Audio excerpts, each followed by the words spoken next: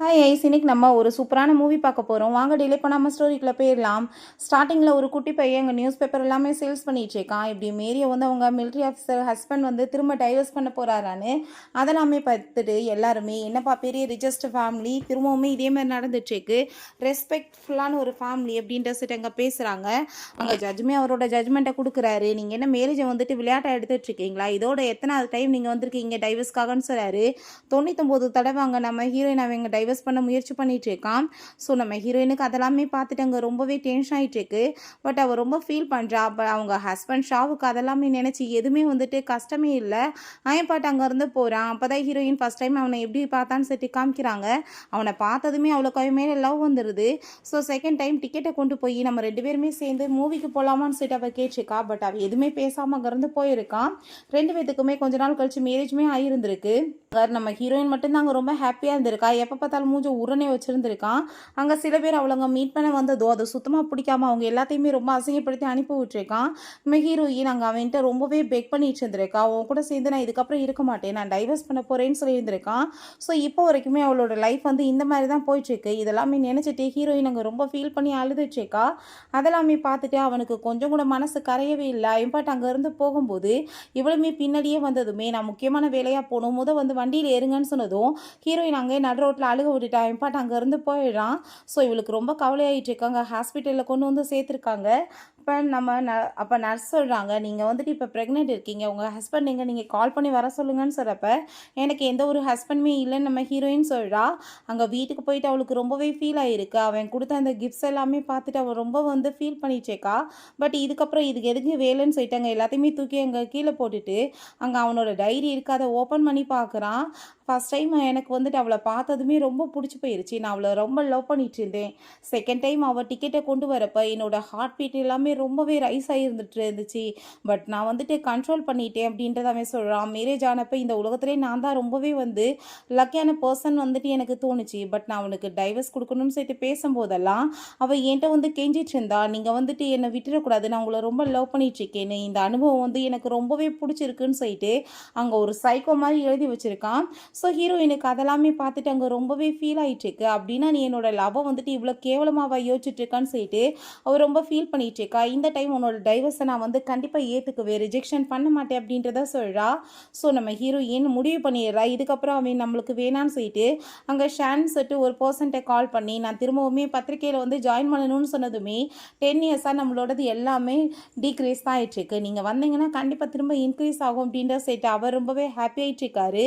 அங்கே உங்கள் அம்மாவோட அந்த கர்ச்சிப் வந்து ஆக்சிடென்ட் வரப்போகுது, நீங்கள் என்ன போய் அதை வாங்கலையான்னு சொன்னதுமே ஹீரோயின் அதை கேட்டுட்டு என்ன நடந்தாலும் சரி கண்டிப்பாக எங்கள் அம்மாவோடது அந்த பொருள், நான் வந்துட்டு அதை ஆக்ஷனாக விட மாட்டேன்னு சொல்கிறா.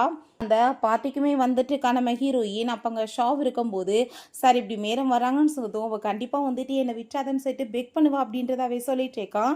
பட் நம்ம ஹீரோயின் அங்கே வந்து எதுவுமே கண்டுக்கல, அந்த ஆக்ஷனுக்காக தான் வந்திருக்கேன்னு சொன்னதும் அதை பார்த்துட்டு அவனுக்கு ஷாக் ஆகிட்டுருக்கு.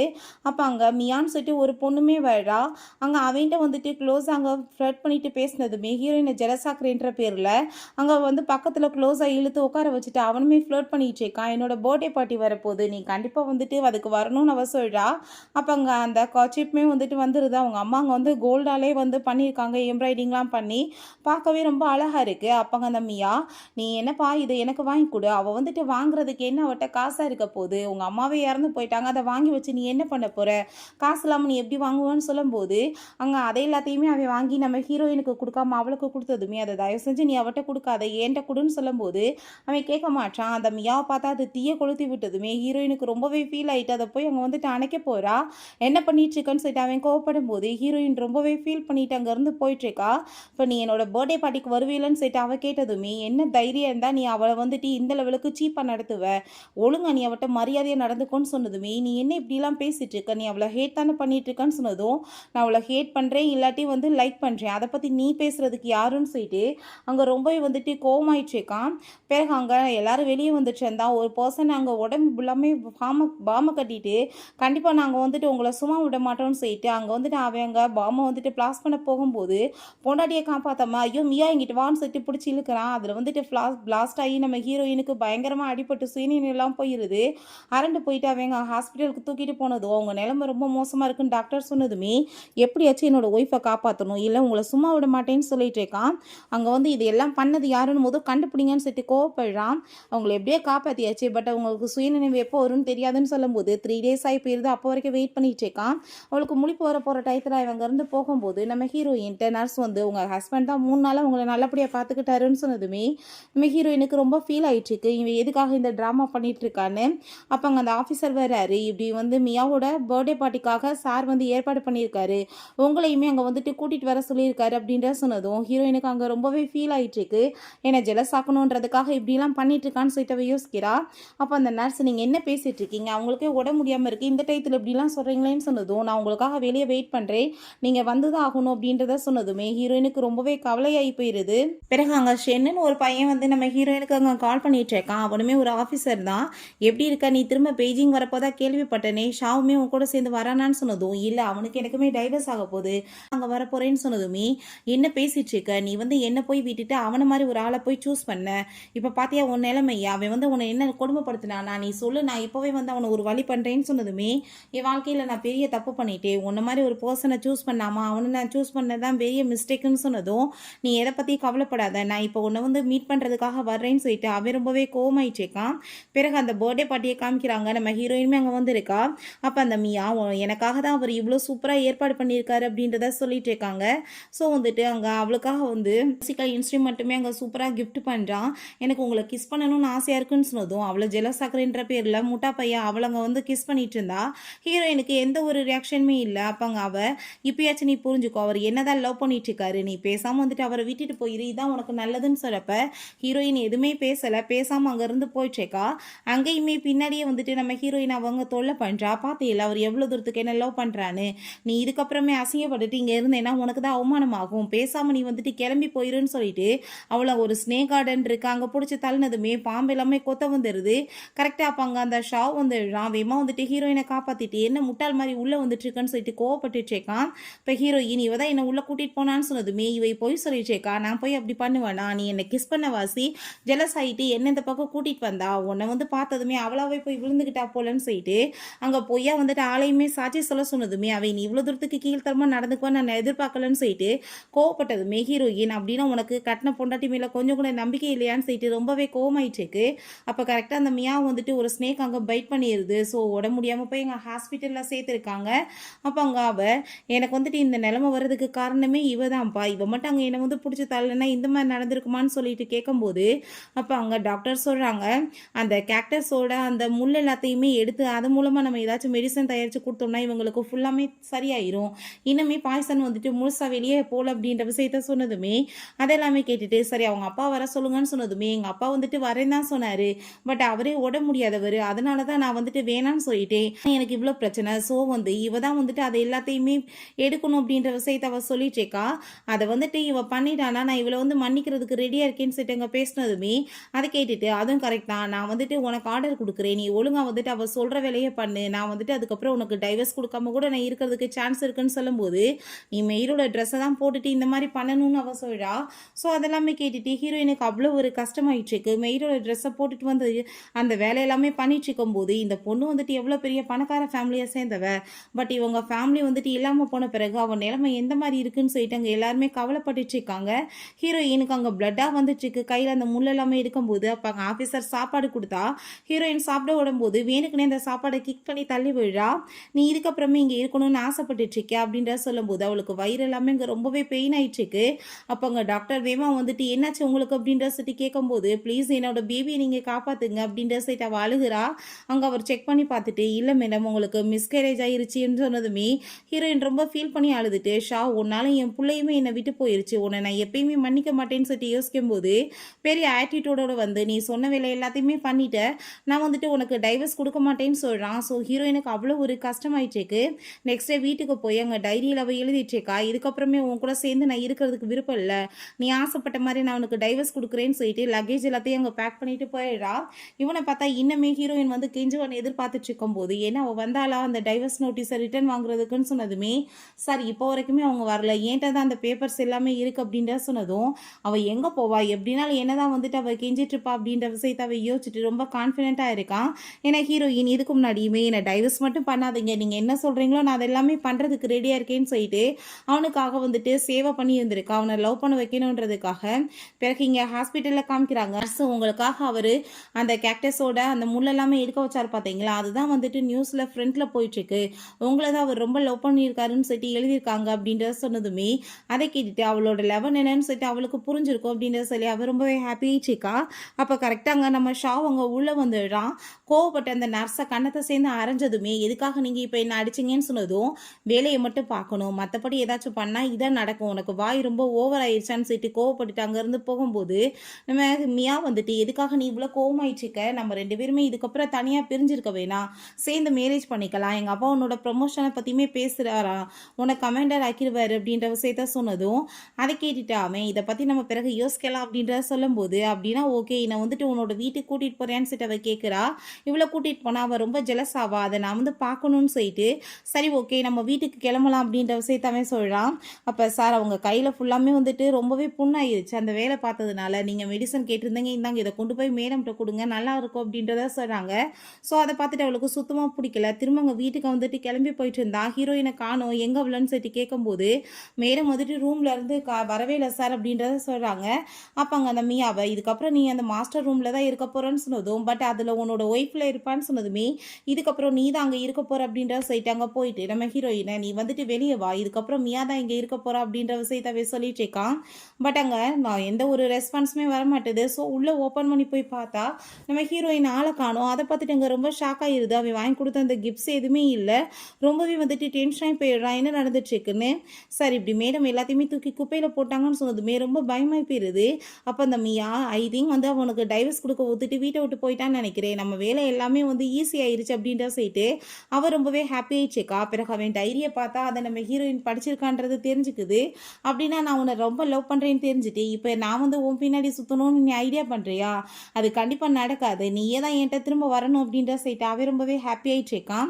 ஓகே சார் உங்களோட இந்த மேரேஜ் நடக்க போது மியாகுடன்னு சொல்லிட்டு ஃப்ரண்ட்டில் போட்டு விட்டுருவோமான்னு சொன்னதும், கண்டிப்பாக போட்டு விடணும், அதை பார்த்துட்டு அவன் என்கிட்ட வந்து கெஞ்சணும்னு சொல்லும்போது மெய்டு வந்துட்டு ஒரு டைரியை கொடுக்குறாங்க.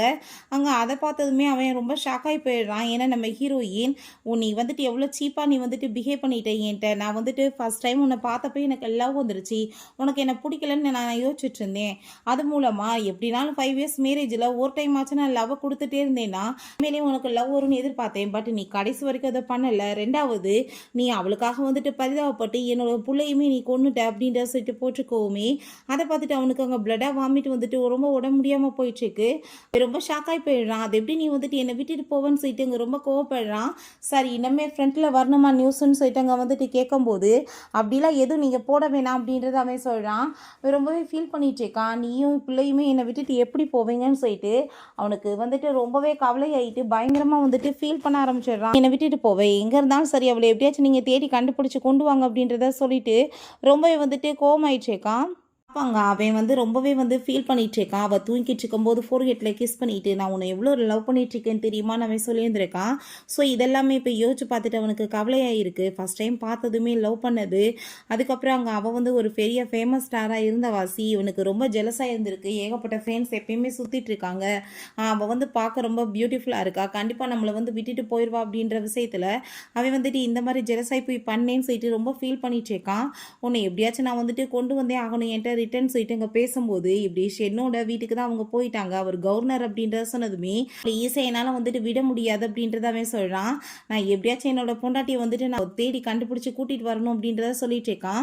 பிறகு அவள் கண்டிப்பாக அன்னைக்கு அந்த ஸ்னேக் கார்டனில் அவளாக போயிருக்க மாட்டான். அப்போ இது எல்லாமே வந்துட்டு அந்த மியாவோட வேலையான்னு சொல்லி டவுட் ஆகிட்டு அங்கே ஒர்க் பண்ணுற அந்த பர்சனை கூட்டிகிட்டு வந்து கன் எடுத்துகிட்டு மிரட்டிட்டு இருக்கான். உண்மையை சொல்லவா இல்லை போட்டு தள்ளுறவான்னு சொல்லிட்டு அந்த ஆள் ரொம்ப பயந்து போயிட்டு, மியா தான் இந்த வேலை எல்லாமே பண்ணாங்க, அவங்க தான் வந்துட்டு என்கிட்ட காசு கொடுத்து போய் சொல்ல சொன்னாங்கன்னு சொல்லிட்டு எல்லா உண்மையுமே சொன்னதுமே அப்போ அங்கே அவன் ரொம்பவே கோமாய் போயிட்டு சரி அந்த மியாவை எங்கன்னு சொல்லிட்டு கேட்கும்போது நீங்கள் தான் இன்றைக்கி அவங்கள வெட்டிங் பண்ணிக்கிறேன்னு சொல்லியிருக்கீங்களே அதுக்கு தான் ப்ரிப்ரேஷன் பண்ணிட்டு இருக்காங்கன்ற விஷயத்த சொன்னதும் அதெல்லாமே கேட்டுட்டு அவனுக்கு கோமாயிட்டு இங்கே பாருங்கள் நியூஸ்மே வந்துட்டு வந்திருக்கு ஃப்ரண்ட்டில் அப்படின்றத சொன்னது அவங்க வெளியே ரிப்போர்ட்டர்ஸ் எல்லாம் இருப்பாங்கல்ல அவங்க எல்லாத்தையுமே அடித்து வெளியே வேட்டி விடுங்க அப்படின்றத அவன் சொல்கிறான். அந்த மியாவை பார்த்தா அங்கே ரொம்பவே ஹாப்பி ஆயிடுச்சேக்கா மேரேஜுக்காக அவங்க அப்பாவும் தான் அங்கே இருக்க எல்லாருமே நீங்கள் வந்துட்டு கரெக்டான டிசிஷன் பண்ணியிருக்கீங்க ஷாவ் மாதிரி ஒரு பையனுக்கு உங்களை மேரேஜ் பண்ணி கொடுக்கறதுக்காக. ஏன்னா அவன் வந்து ஒரு மிலிட்ரி ஆஃபீஸர் அந்த மிலிட்ரி கேம்ப்லேயுமே அவனுக்கு ஒரு நல்ல பவர் இருக்குது அப்படின்றத சொல்கிறாங்க. இதனால் உங்களுக்குமே வந்துட்டு மேன்மேலும் வளர்ச்சி தான் அப்படின்றத சொல்லிட்டு இருக்காங்க. அவர் ரொம்பவே ஹாப்பி ஆயிடுச்சேக்கா நல்ல பையனை நீங்கள் எல்லாருமே சூஸ் பண்ணியிருக்கீங்கன்னு சொல்லிட்டு வாழ்த்திட்டு இருக்காங்க.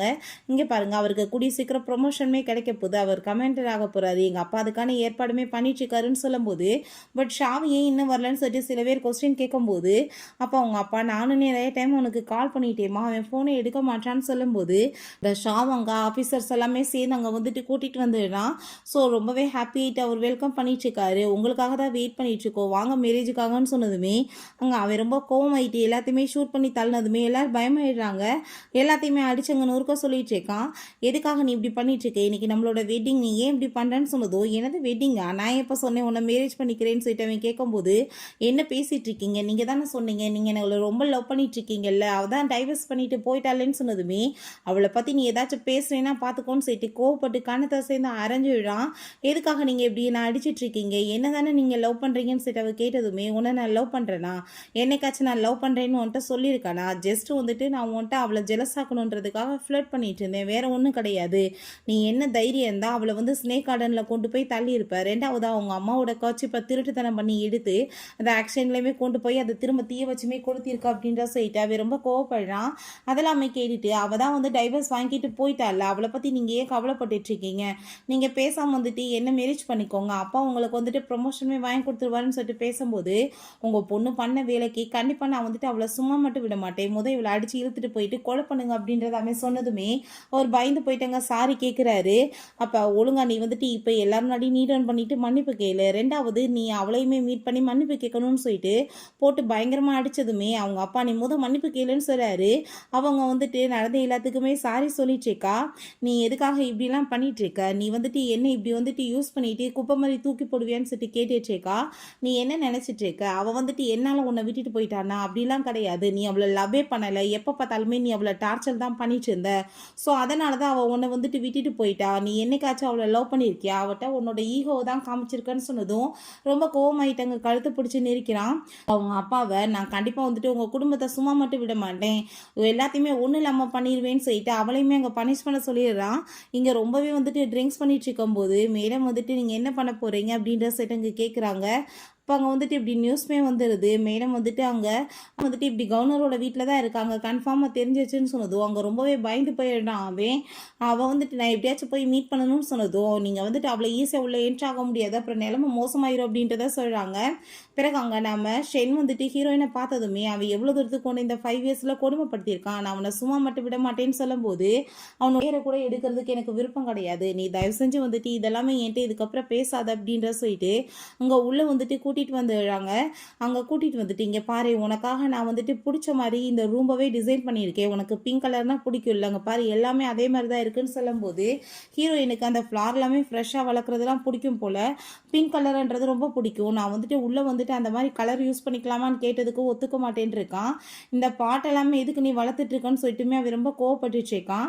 இவனை பார்த்தா இங்கே பாரு இந்த பாட்டு வந்துட்டு எப்படி உனக்காக வந்துட்டு ஏகப்பட்டது வாங்கி வச்சிருக்கேன் இதுக்கு எல்லாமே நீ ஃப்ரெஷ்ஷாக தண்ணி ஊற்றி வளர்க்கலான்னு சொல்லும்போது பாஸ்டில் நடந்த திரும்ப அந்த விஷயங்கள் ஞாபகம் வருது. அந்த பாட்டை தூக்கி போட்டு கீழே உடைச்சிட்டு இந்த மாதிரி இதுக்கெல்லாம் எனக்கு வந்துட்டு இங்கே இடம் கிடையாது நீ இந்த மாதிரி வேலையெல்லாம் பண்ணக்கூடாதுன்னு சொல்லிட்டு ரொம்பவே வந்துட்டு கோவப்பட்டுட்டு இருக்கான். இவனுக்கு எவ்வளோ வித்தியாசம் இருக்குது இவனை மாதிரி ஒரு பர்சனை போய் நான் விட்டுட்டு அவனை ஏன் சூஸ் பண்ணேன்னு சொல்லிட்டு அவளுக்கு ரொம்ப கவலையாயிட்டு இருக்கு. அப்போ அங்கே வந்துட்டு நம்ம ஹீரோயின் ஒரு விஷயம் யோசிச்சு பார்க்குறா திரும்பவுமே இன்னைக்கு வேலை அதிகமாக இருந்துச்சு எனக்காக கொஞ்சம் காய் கட் பண்ணி கொடுக்க முடியுமான்னு சொல்லிட்டு கேட்டதுமே ஆம்பளை வந்துட்டு அப்படிலாம் பண்ண மாட்டாங்கன்னு சொல்லிட்டு ரொம்ப இன்சல்ட் பண்ணி இருந்திருக்கான். பட் எல்லாமே வந்து என்ன உங்கள் ஷாவையும் நீங்களும் பிரிஞ்சிட்டீங்களான்னு சொல்லிட்டு பேசும்போது அப்போ ஷென் சொல்கிறான், அவள் வந்துட்டு ஒரு போய்ட் வந்துட்டு ரிலீஸ் பண்ண போகிறா. ஸோ நீங்கள் அதை பற்றி தான் கொஸ்டின் கேட்கணும். அதை விட்டுட்டு அவளோட பர்சனலை பற்றி இங்கே யாருக்கும் பேசுறதுக்கு ரைட்ஸ் கிடையாது அப்படின்றத சொல்லிட்டு இருக்கான். பெரிய லெவலுக்கான புக்கை ஒன்று ரிலீஸ் பண்ண போகிறாங்க. பத்திரிக்கை உலகத்தில் திரும்ப ஃபேமஸான அந்த ரைட்டர் திரும்ப வந்துட்டாங்கன்னு நீங்கள் எழுதணும் அப்படின்றத அவன் சொல்கிறான். அப்போ ஒரு விஷயம் காமிக்கிறாங்க. நம்ம ஹீரோயின் போயட் வந்து எப்பயுமே எழுதுவா போல. அவன் அங்கே அதை படித்து பார்த்துட்டு நான் வந்துட்டு இதை உன்னை பண்ணக்கூடாதுன்னு சொல்லியிருக்கேன், அப்புறம் ஏன் நீ எழுதிட்டு இருக்கேன்னு சொல்லிட்டு கோவப்பட்டதுமே அவங்க சாரி கேச்சேக்கா. உடனே அந்த மியாட்டை கொடுத்து இதை உன்னோட பேரில் நீ யூஸ் பண்ணிக்கோன்னு சொல்லியிருந்திருக்கான். ஸோ நம்ம ஹீரோயினுக்கு அவ்வளோ ஒரு கஷ்டமாக இருந்திருக்கு. பட் வந்துட்டு இவன் தன்னோட உணர்வுகளுக்கு எல்லாமே இங்கே மரியாதை கொடுக்குறானேன்னு சொல்லிட்டு அங்கே அவ்வளோ ஒரு ஹாப்பியாயிட்டேக்கு. அங்கே அவன்கிட்ட அங்கே ரொம்பவே தேங்க்யூ சொல்லிட்டேக்கா. இதில் தேங்க்யூ சொல்ல வேண்டிய அவசியம் என்ன இருக்குது? நான் வந்து ஒரே ஒரு கொஸ்டின் கேட்குறேன், என்ன நீ விட்டுட்டு அவனை போய் சூஸ் பண்ண வேண்டிய அவசியம் என்ன இருக்குது அப்படின்ற சொல்லிட்டு அவங்க கேட்கும்போது அப்போ ஒரு விஷயம் வந்துட்டு காமிக்கிறாங்க. ரவுடிங்கள் தொல்லை கொடுக்கும்போது அவன் தான் காப்பாற்றினான்னு சொல்லிட்டு அவங்க வந்துட்டு நினச்சிருக்கா. ஹாஸ்பிட்டலில் அவன் தான் கூட இருந்திருக்கான்.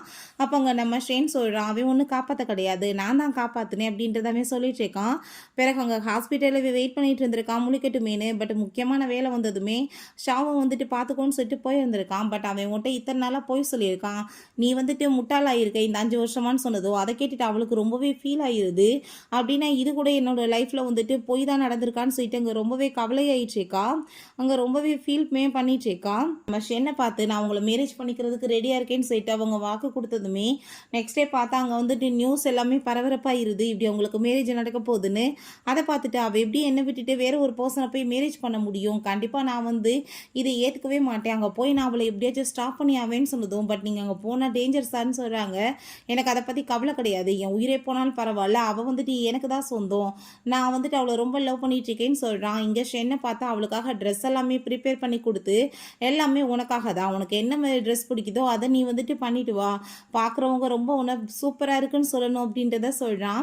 பிறகு அவங்க அம்மாவை கூட்டிகிட்டு போய் மீட் பண்ண வைக்கும்போது அவங்க அம்மா கேட்குறாங்க, உனக்கு இப்போ தான் டைவர்ஸ் ஆகிருக்கு, அதுக்குள்ளே இன்னொரு மேரேஜுக்கு ரெடி ஆகிட்டு அப்படின்ற சொல்லிட்டு அங்கே கேட்டதுமே அவனுக்கு ரொம்ப ஷாக்காக இருக்குது. அப்போங்க நம்ம ஹீரோயின் மற்றவங்க என்ன பேசுவாங்கன்றதை பற்றி எனக்கு எந்த ஒரு கவலையும் கிடையாது, நான் என்னோட லைஃப்பை எனக்கு பிடிச்ச மாதிரி வாழணும்னு ஆசைப்பட்றேன்னு சொன்னதும் அவங்க கிளாப் பண்ணிவிட்டு, நான் உன்னை இப்போ டெஸ்ட் தான் பார்த்தேன், ஏன்னா என்னோட பேரண்ட்ஸ் என்னை ஃபோர்ஸ் பண்ணி பிடிக்காத ஒருத்தனுக்கு மேரேஜ் பண்ணி வச்சாங்க, பட் நான் அவனை டைவர்ஸ் பண்ணிவிட்டு எனக்கு பிடிச்சமான லைஃப்பை வந்துட்டு வாழ்ந்துட்டுருக்கேன்.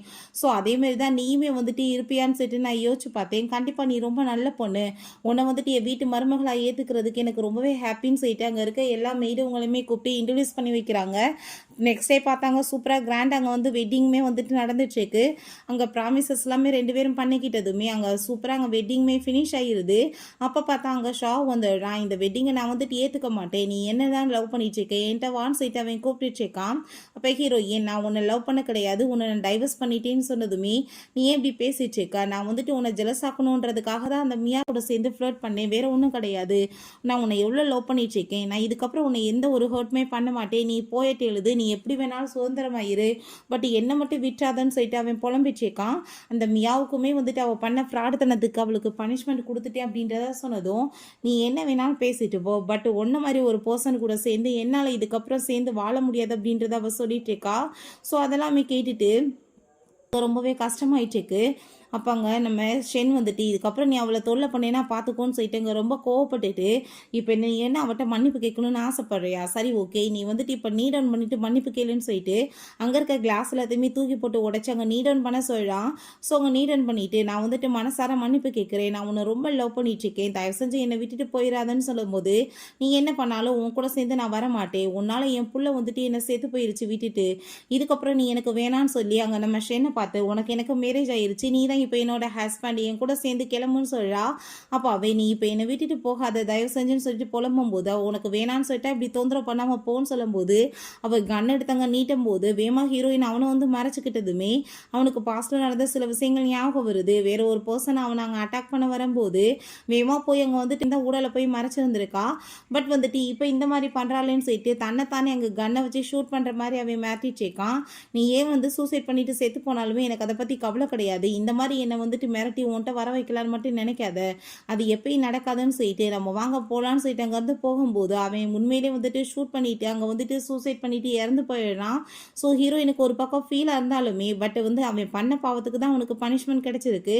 ஏன்னா உண்மையாக லவ் பண்ண பொண்ணை எப்போ பார்த்தாலும் லவ் பண்ணுறியா என்னன்னு சொல்லிட்டு டெஸ்ட் பார்த்துட்டே இருந்தா அவள் எத்தனை நாள் வந்துட்டு பொறுமையாக இருப்பா. கடைசியில் வந்துட்டு நீ வேணான்னு எனக்கு அவள் விட்டுட்டே போயிடுறா. ஓகே ஃப்ரெண்ட்ஸ், இப்படியே இந்த சூப்பரான மூவியுமே கம்ப்ளீட் ஆயிருச்சு. இந்த வீடியோ உங்களுக்கு பிடிச்ச கண்டிப்பாக லைக் பண்ணுங்கள், ஷேர் பண்ணுங்கள், கமெண்ட் பண்ணுங்கள் அண்ட் ப்ளீஸ் சப்ஸ்கிரைப் பண்ணுங்கள். Bye guys.